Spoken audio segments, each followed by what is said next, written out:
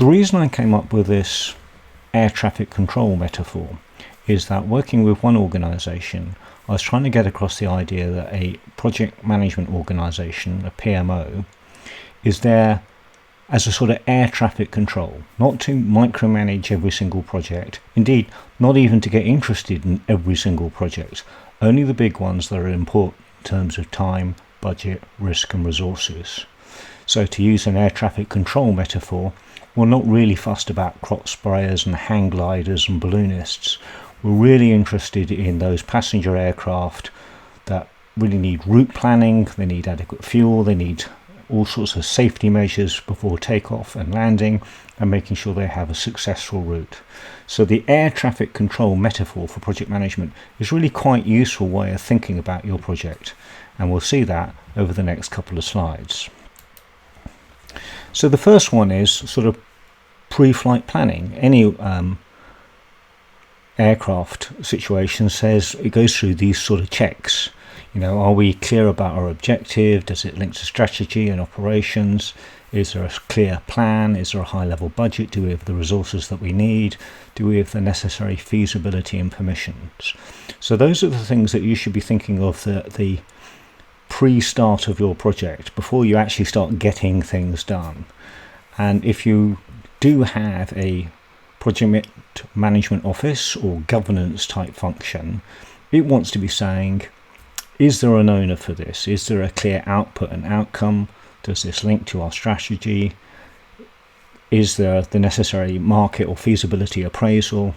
Are there clearly definable products? Is there a clear measurable benefit? So this is checking before you proceed. Don't let your project proceed until you're sure you have done all these effectively pre-flight planning checks. The next one is, well, okay, maybe it is a good idea, but actually, is it worthwhile? Okay, not all good ideas should be implemented. You may have 100 good ideas, but only the capacity to implement 2 or 3 per year. So you might, as a project manager, say, well, do I have a good business case?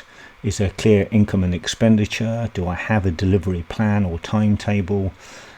Is funding forthcoming? Do I have a clear sponsor or owner to take responsibility for this?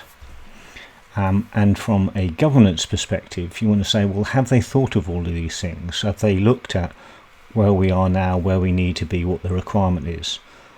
Have they just gone for a solution, or have they actually looked at a series of options, and what was their recommendation and why?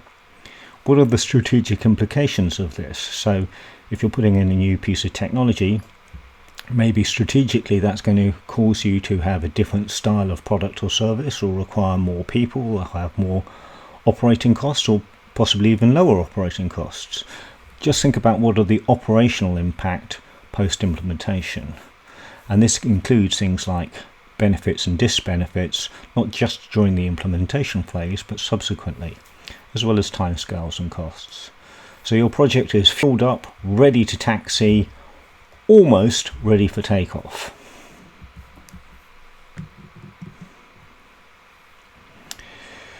So pre-flight planning. You now know that you have an idea, you know that it's a good idea, and then the question is, when do we do this? We know that this is worthwhile doing, but should we do it now or should we do it later? And so if we think about this in an air traffic control scenario, we know we're going for takeoff, but let's not take off when there's something else on the runway. So from a project management point of view, you want to know that you've got a clear project brief, startup or project initiation document that defines roles, goals, controls, tasks and deliverables. Some identification of risks, who the stakeholders are, how we're communicating it to participants and recipients, and a clear understanding of budget. Again, the governance will say, is there a clear owner who's accountable for this? Do we have somebody tasked with delivery, the project manager? Do we know our roles and responsibilities, the participants and the stakeholders? Is there a clear objective and plan? And is there a sufficient budget and approval? So if we met all these stages, we're ready for launch. And the ready for launch, I often think of the Houston Apollo missions. Houston, are we go for launch? Again, you may have a brilliant project that makes perfect sense and now is the right time to do it. But go for launch means, is HR ready? Is IT ready? Is marketing ready? Is your compliance function ready? Is there management board approval? Is there anything else that we need to check before we go for launch? So this isn't challenging the fact that it's a great project, it's going to have huge benefits, now is the time to do it and it's strategically important.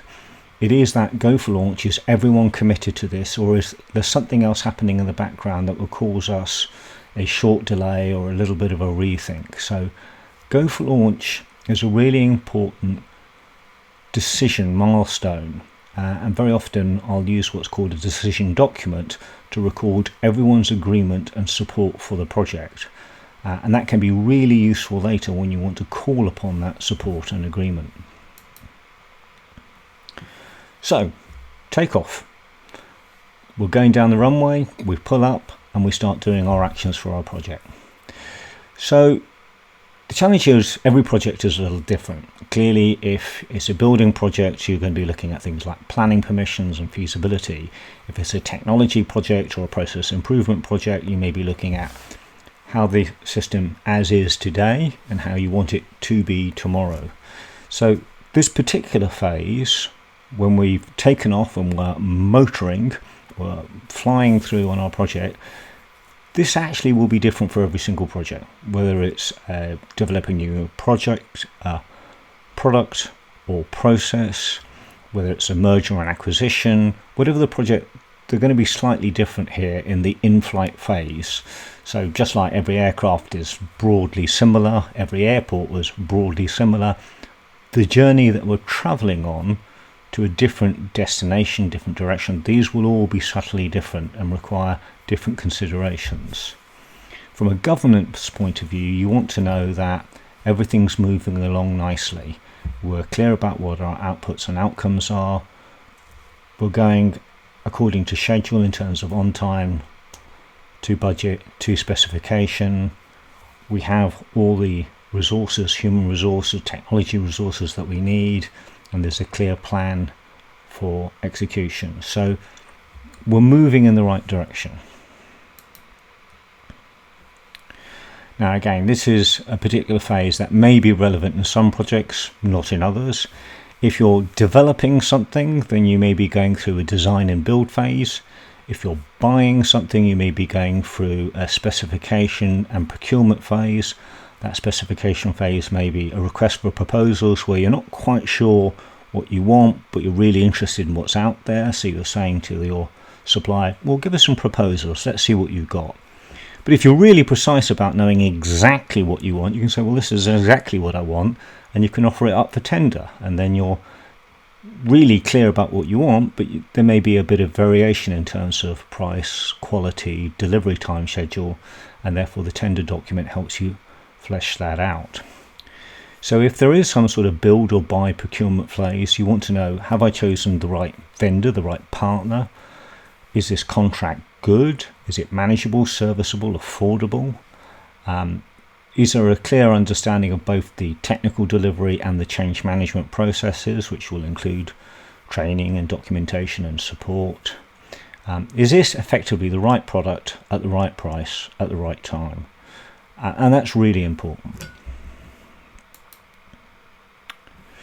So now we start moving to the delivery phase, which again will vary according to what type of project it is. Clearly, if it's a building project, you'll have foundations, floors, first fix, second fix.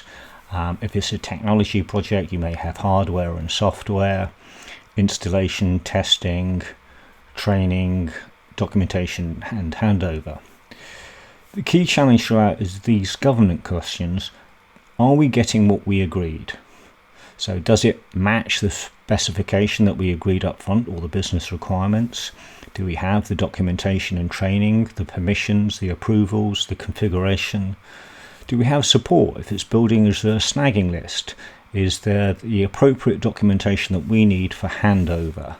And in particular, is there all the things that we expect at each payment milestone? So we're not paying for things in advance of delivery. When something is good, it works, it's functional, it's suitable, feasible and acceptable, that is the point where we should be releasing payment.